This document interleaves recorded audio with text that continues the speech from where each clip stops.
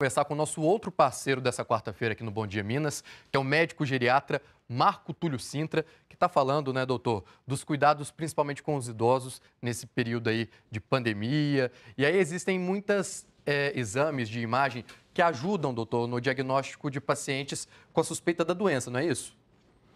Os diagnósticos de imagem, na verdade, é o seguinte: a radiografia de tórax que é feita nas urgências, elas podem ajudar, mas tem que tomar cuidado que elas não são, vamos dizer assim, completamente efetivas para detectar os casos graves.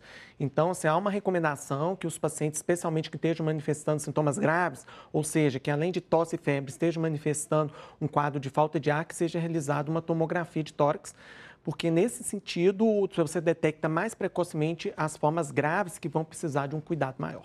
Agora aqui na nossa telinha, a gente segue com as perguntas dos telespectadores. Olha aqui o que o Felipe está dizendo. Quando as aulas voltarem, por quanto tempo devo manter meu filho longe das avós? Porque acho que ao voltar às aulas, ele fatalmente vai ser exposto aí ao vírus, principalmente porque tem 3 anos e não vai seguir as regras de saúde. Qual que é a informação para o Felipe, doutor? Essa é uma pergunta bem interessante. Provavelmente, quando acabar esse período principal de isolamento social, a restrição à mobilidade das pessoas deve ser reduzida lentamente. Então, provavelmente, a escola não vai ser a primeiro que vai voltar, deve ser um dos últimos, por causa desse risco de ser um vetor e transmitir para as pessoas idosas. Mas até a gente terminar essa circulação comunitária do vírus, esse risco maior, é recomendado esse afastamento. Então, acredito que esse período de afastamento ainda deve se prolongar por um tempo razoável. Vamos a mais perguntas aqui. Gil César. Quais as doenças crônicas deixam os idosos mais vulneráveis ao Covid-19?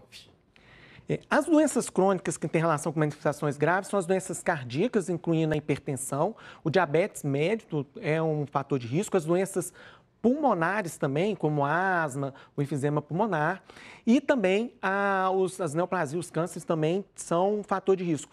Agora, uma questão que tem sido pouco comentada é que o idoso mais debilitado, mais frágil, aquele dependente, aquele que não consegue cuidar da própria vida de forma autônoma, é um grande risco. Então, aquele idoso que não sai de casa sozinho, que não consegue cuidar das finanças, não consegue cuidar dos medicamentos, que depende de uma outra pessoa para isso, é um grupo de risco, mesmo que não tenha doenças. Certinho, vamos olhar aqui agora a pergunta da Soraya.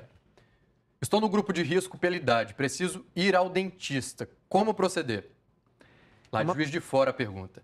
O dentista é um profissional bem afetado por essa situação, porque lida diretamente com a boca e a questão da exposição é altíssima. Qualquer profissional que lida diretamente com a boca, esse é um problema.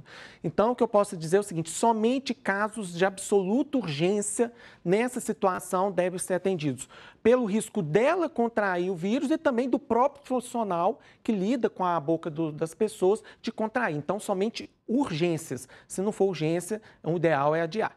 Doutor Marco Túlio Sintra participando com a gente aqui nessa quarta-feira no Bom Dia Minas. Doutor, muito obrigado pelas informações, seja sempre muito bem-vindo, acho que foi muito esclarecedor. Muito obrigado pela oportunidade, o ideal é estar sempre esclarecendo as pessoas. Muito obrigado pela oportunidade. Informação cura, né, doutor? Sim, e ajuda muito a evitar a transmissão da doença. Muito obrigado, viu?